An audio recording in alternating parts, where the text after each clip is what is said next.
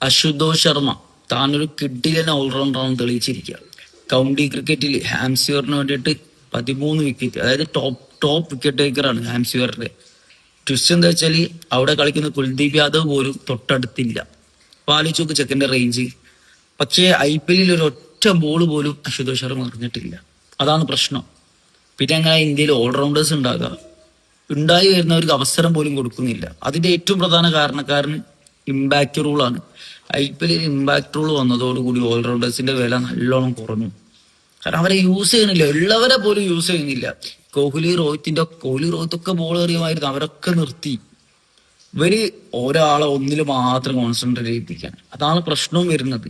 അശുതോഷ് ശർമ്മയൊക്കെ എപ്പോഴോ യൂസ് ചെയ്യേണ്ട പ്ലെയർ ആണ്, ഇനിയെങ്കിലും യൂസ് ചെയ്യുമെന്ന് കരുതി ആദ്യമായി ഇമ്പാക്ട് പ്ലെയർ റൂൾ എടുത്ത് ഒഴിവാക്കും.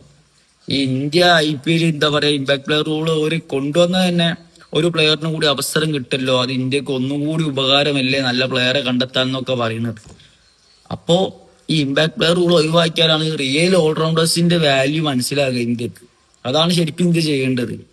അശുതോഷ് ശർമ്മ അതേപോലെ എത്ര പ്ലേയേഴ്സ് ഉണ്ടാക്കും ബോൾ എറിയുന്നത്, പക്ഷെ ബോൾ എറിയാൻ പറ്റാതാകുന്നത്. പിന്നെ സങ്കടമാണ് പഞ്ചാബ് അശുതോഷ് ശർമ്മയെ കൊടുത്തതിൽ നല്ല സങ്കടം കിട്ടും, അത് വേറെ കാര്യം.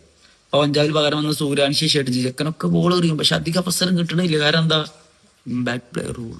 ഇതില്ലെങ്കിൽ ഓൾറൗണ്ടേഴ്സിന് എന്തായാലും ഓരോ മത്സരത്തിൽ ചുരുങ്ങിയത് ഓരോ ഓവറെങ്കിലും കിട്ടുമായിരുന്നു. ആ റൂൾ ആദ്യം പോകണം, അത് ഇന്ത്യക്കും ഗുണം ചെയ്യും. നിങ്ങളുടെ അഭിപ്രായം പറ.